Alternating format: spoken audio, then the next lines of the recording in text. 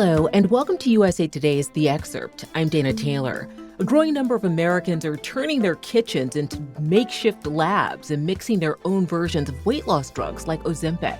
They're called gray GLP-1s, and they're unregulated, illegal, and increasingly popular. For some, it's a way to bypass high costs and limited access. But for doctors and legal experts, it's a troubling trend that raises questions about safety and oversight. USA Today wellness reporter Nicole Fallert looked into this underground market and what's driving people to take these risks. Nicole, thank you so much for joining me. Hi, Dana. Happy to be here. Experts you interviewed were clear these drugs are illegal and unregulated. First, what's driving this trend? Is it simply the outsized cost associated with the GLP-1 drugs? I think what's really driving the trend not only is the cost, right? It's a few $100s to get a brand name drug like Wegovy or Ozempic, but also that insurance doesn't always cover that. I spoke with one mom in Alabama who really wanted to lose some weight postpartum, but because of her base weight and her background health conditions, she wasn't able to qualify for coverage. So that was going to look like a few $1,000s a year for her to be able to lose a few pounds. So that is a big motivator. There's also the look at people who have maybe been on a brand name GLP-1 for some time and they no longer want to pay that higher cost and they're looking for a maintenance option to keep up with some of the health benefits that they've been able to get from the drug. And there's also people who are stockpiling during supply gaps that are facing manufacturers of brand names trying to keep up with high demand, right? So they're worried about not being able to get that drug in time and they're looking for something to fill gaps.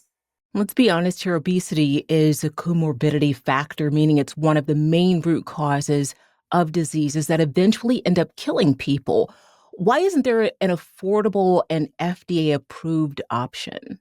So there are FDA approved GLP-1 drugs, and those are available to people, and it's really important to emphasize that. The problem is that because of demand and supply, we haven't been able to see this industry normalize and create a more accessible price point.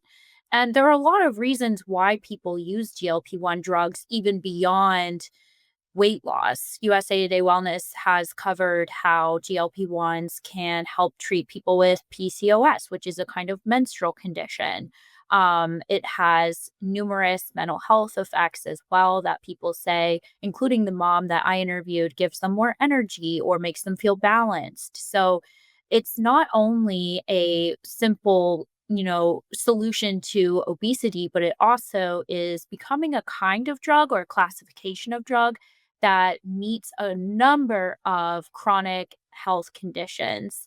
And that kind of classification of drug is requiring a new level of regulation and also pricing conversations across the insurance and the healthcare industries, as well as in the policy sectors.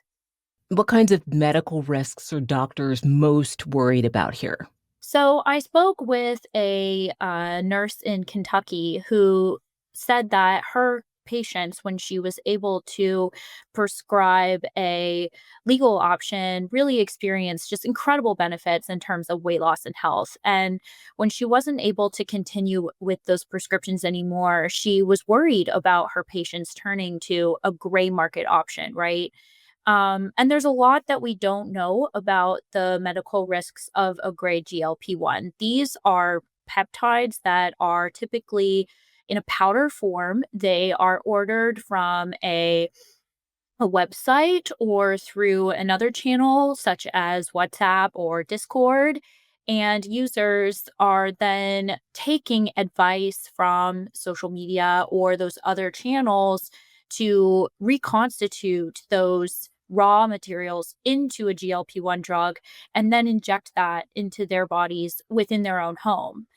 And there are a lot of risks that are involved with preparing a drug outside of a sterile environment, in addition to the fact that the raw materials people are receiving to their front doors are not going through the typical checks that we would guarantee of a drug that we want to put inside our bodies, right? There could be contaminants inside of those materials that could have long term effects we don't even know yet. So, while some of the gray users that I spoke with were quite happy with short term weight loss, energy improvement, feeling better about themselves. What's not clear is what happens over a longer period of time when someone is injecting these drugs into their bodies. And the other thing I'll add too is that these materials are typically advertised as, quote, research grade peptides. But experts told me that label research grade isn't always as bulletproof as we like to think because for one, it's on a label coming from a seller that isn't always verified. And secondly, if something is billed as research grade, that means it needs to be used in a research grade environment following ethical and safety protocols. And when people are mixing this chemistry in their own kitchens, those protocols are typically not being adhered to. Some patients told you they feel they're grasping at straws. What do they mean? They are really at an experience of finally being able to lose weight that they've been battling to lose for decades. Or if you're someone who has a chronic health issue, for example, PCOS, which is a menstrual condition, and you're finally getting some relief from symptoms, that's a kind of euphoria that patients will do anything to be able to protect. And when we think of grasping at straws, think of a health issue you would do anything to solve in your own life. So if those kinds of conditions are, experiences you've had your whole life and suddenly that becomes less of a burden, you might do anything that's available to try to keep that care going. And in this particular case, we're looking at individuals going to social media, especially TikTok, Reddit, and finding communities online to take matters into their own hands and really take control back when it comes to trying to get these life changing drugs. Nicole, you describe a market that's almost invisible: encrypted chats, disappearing websites, payments in cryptocurrency. How difficult is it for regulators to even track these networks? Yeah, what's interesting is that a lot of it is actually happening quite publicly. For me in my own reporting, I found through just culling TikTok and Reddit, I was able to find a number of people openly talking about using great GLP-1s and how they were using them. And that might have surprised me, I think, at the beginning of my reporting, given that this is an illegal activity. But because of the fact that there is so little to be said in terms of regulation and rules in this space, I think it's also makes sense that this is happening in the open. And when I spoke with legal experts, they really wanted to call for more regulation when we think about what people are able to get their hands on and put in their bodies. And I also think that the experts I chatted with are really motivated to try to make changes on the regulation side and the insurance side to get at the root of the problem so that folks aren't pushed online searching for answers. And the users themselves feel very worried about a crackdown. They want to make sure their supply isn't put at risk. The mom that I spoke with, who wanted to maintain her weight loss over the next coming months, was very worried about the website that she uses to get this material going away. She wouldn't even actually tell me what that website was because she was so concerned. So there's heightened anxiety on either side of the issue. You mentioned misinformation, particularly people mistaking research use only labels as safe for humans. How much of this underground market is driven by misunderstanding versus deliberate risk taking? There's a balance. The mom that I spoke with using gray, she was very informed of the risk involved with cooking up a GLP-1 at home and injecting it in her body, and knew that that risk was worth the money that she was going to save.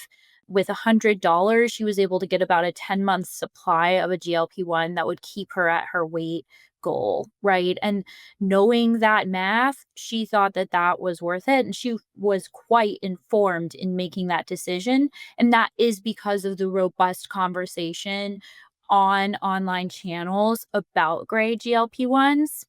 Now, I do think that people can be misinformed in that what you mentioned, a research grade peptide is not meant for human consumption. And I think we do, as my legal expert told me, have a false sense of security when we see that research grade label. Research grade does not translate to safety in a human use case scenario.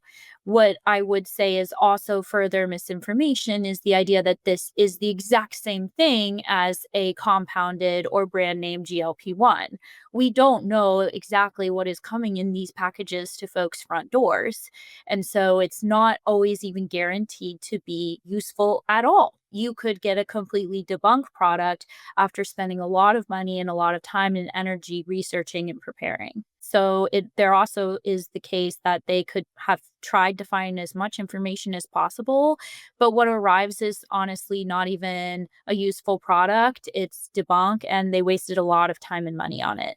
And finally, do you think gray GLP-1s are a temporary phenomenon until costs and access improve, or could this shadow market be here to stay? I think because we're seeing people who are using the brand name close gaps and balance with the gray, if I'm going to be pessimistic, I would say they are a more permanent part. But I also want to emphasize that this is not legal and it is not something that is medically advised. And people shouldn't consider it as the main and the only option because of those legal and health risks. And at the same time, I think that because of the increasing cost and the strain on supply of GLP-1s from the more traditional venues, we are going to see that current pushing Americans towards a cheaper, quicker option that lets them get to their goal weight or deal with a chronic health problem without breaking the bank. Nicole, thank you for sharing your reporting with us. Yeah, thank you, Dana. Thanks for watching. I'm Dana Taylor. I'll see you next time.